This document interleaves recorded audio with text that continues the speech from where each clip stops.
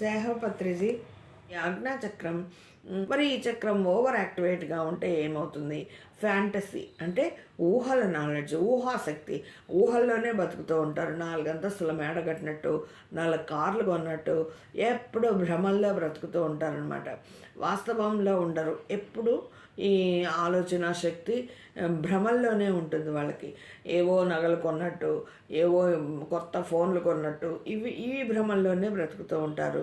వీటి వల్ల వీళ్ళు రాను రాను రాను రాను సైకోల్గా మారుతారు. ఎందుకంటే ఆ కోరికలు తీరవు. దానిలో వాళ్ళు సైకోల్గా మారుతూ ఉంటారు. ఈ చక్రం సమతుల్యంగా ఉంటే, అంటే మరి బ్యాలెన్స్డ్గా ఉంటే, మనం ఎప్పుడైతే బ్యాలెన్స్డ్గా పెట్టుకుంటామో, ఈ ఆజ్ఞాచక్రం బ్యాలెన్స్డ్గా ఉన్నప్పుడు ఏమవుతుంది అంటే సెన్స్ మనకు పెరుగుతుంది. అంటే జరగబోయేవి మనకు ముందే తెలిసిపోతాయి. ఇంట్యూషన్, మనకు నాలెడ్జ్, ఊహాశక్తి పెరుగుతుంది.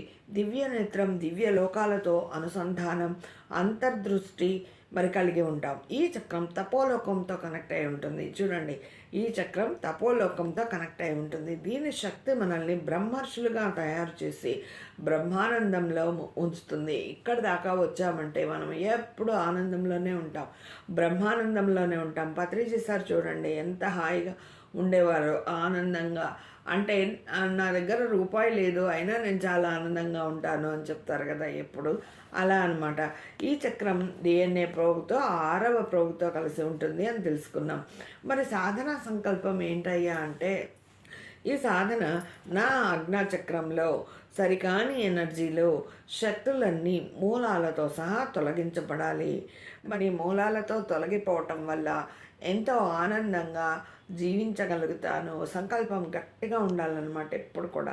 నేను ఈ ఆజ్ఞాచక్రం ద్వారా చేసిన సరికాని కర్మలన్నీ కూడా, వాటి తాలూకు గుర్తులు, ముద్రలు అన్నీ కూడా మూలాలతో సహా తొలగిపోవాలి అనుకోవాలి.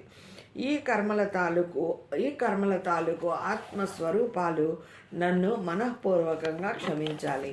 మనం ఎవరినైనా బాధ పెట్టి ఉన్నా, ఆత్మ ఎదుగుదలకు వారికి కష్టపెట్టి ఉన్నా, వారిని ఏడిపించి ఉన్నా కూడా వారందరినీ మనం ధ్యానంలో పిలిచి క్షమాపణ అడిగి మనం కూడా వాళ్ళని క్షమించాలి. వాళ్ళతో మనం క్షమింపబడాలి. అలాగనే సంకల్పం 2, ఈ సంకల్పం 2లో నా ఆజ్ఞాచక్రం పరిపూర్ణంగా యాక్టివేషన్లో రావాలి. అలాగనే ఉన్న దివ్య శక్తులు నాలో పరిపూర్ణంగా అభివృద్ధి చెంది, ఉన్న దివ్య శక్తులు అంటే మనం ధ్యానం ద్వారా ఎంతో శక్తి ఉంటుంది మనలో. ఆ శక్తిని మనము కాపాడుకోవాలి. ఎప్పుడు కూడా ట్యాప్ తిప్పేసి చిల్లుల బకెట్ పెట్టేసి అదంతా వేస్ట్ అయిపోతూ ఉంటుంది. అలా